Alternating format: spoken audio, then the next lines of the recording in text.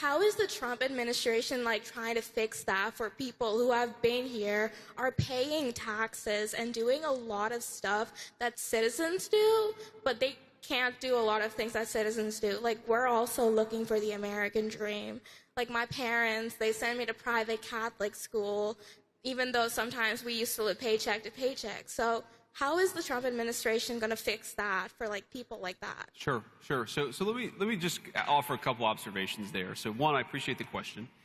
and two, what I would say is, you heard me talk about H-1B fraud, because I think there is a lot of fraud in the H-1B system,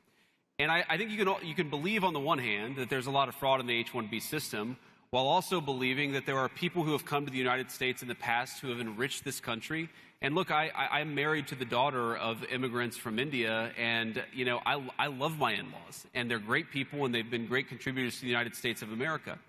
But I also think that when you become an American citizen, whether your family has 9 generations of lineage in the United States or whether your family has 0 generations of lineage in the United States, one of the responsibilities that we must expect of citizens, and of course, it's always hard to talk in specifics about your situation because I don't know about it, but one of the obligations of citizens is that you have to think about the best interest of the country, and not the country you came from beforehand, and not of any sort of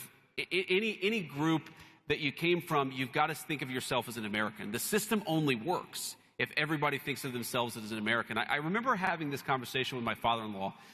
who's an amazing guy, and it occurred to me, and I know this is the last question, I'll try to be quick here, but it occurred to me that my father-in-law, who came from India, who moved to the United States, who got an education and became an American citizen, that never once in my life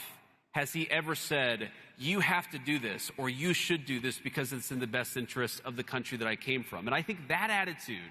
to the extent that attitude dominates among the new generation of Americans, that makes Americans feel welcoming towards people, because everybody, again, whether your family's been here for 300 years or 1 second, to be an American means to look out for Americans first, and that's the perspective we have to take to our immigration policy.